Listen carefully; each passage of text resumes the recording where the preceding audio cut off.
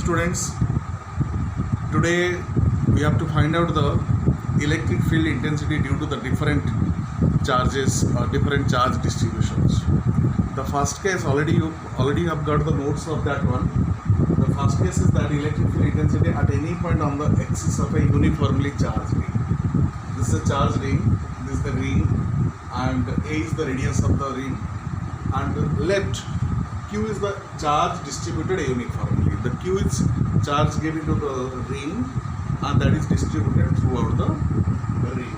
And dl, let us consider actually that ring is kept perpendicular to that of the plane of the paper, like that, like that it is kept.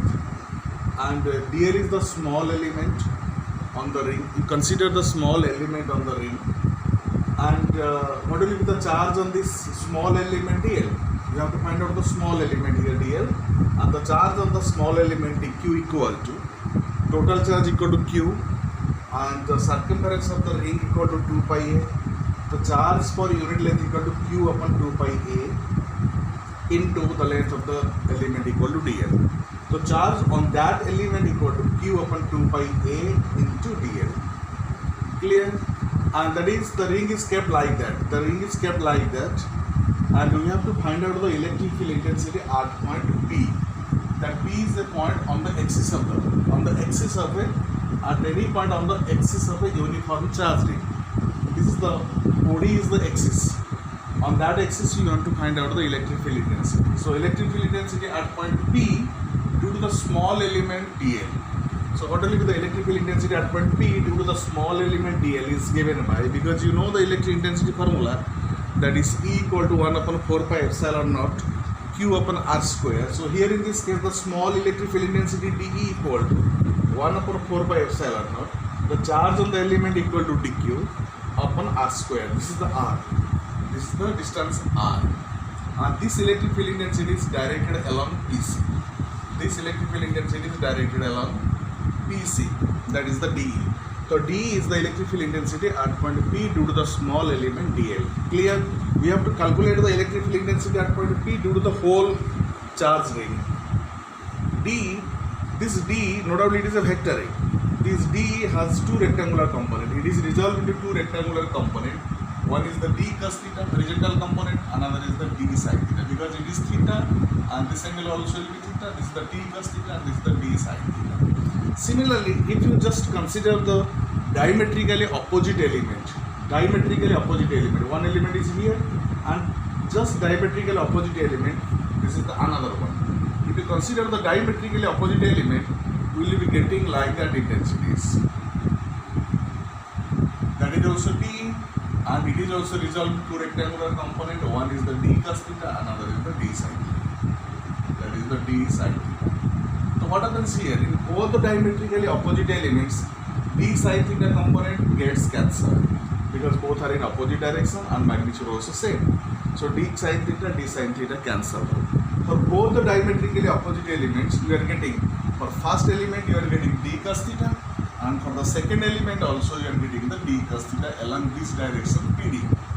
So in that manner, if you consider all the diametrically opposite elements, here this is the diametrically opposite elements, this is the diametrically opposite elements, for all the diametrically opposite elements, the d sin theta component will be cancelled.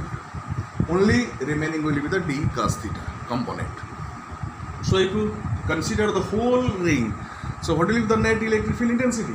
The net electric field intensity you will be getting, that is the E, that is equal to d cos theta, integration of d cos theta. D cos theta is there only for all the elements you are getting the d cos theta. For whole ring we are getting the cycling integration of d cos theta, E equal to d cos theta. This is equal to, because you know that is d equal to 1 upon 4 pi epsilon naught dq by r square into, what is the cos theta? Cos theta equal to p upon h. P matlab x upon h, that is the r. So that is x upon r d, that is the cos theta. Cos theta equal to r equal to how much it is r? This is the a, this is the x. So it will be r equal to x square plus h square, under root of x square plus h square. So x upon under root of x square plus h square. That is, you are finding the net intensity. And the next step is that 1 upon 4 pi epsilon naught is taken out, and what is dq, and dq you know it, q by 2 pi a into dl. So here q by 2 pi a into dl into what is the x? X by x upon x square plus s square, that you are finding the e, and instead of this r square you are writing x square plus s square. Sorry, instead of this r square you are finding x square plus s square under root and square, that is equal to x square plus s square, and for this x square plus s square under root is remaining as it is.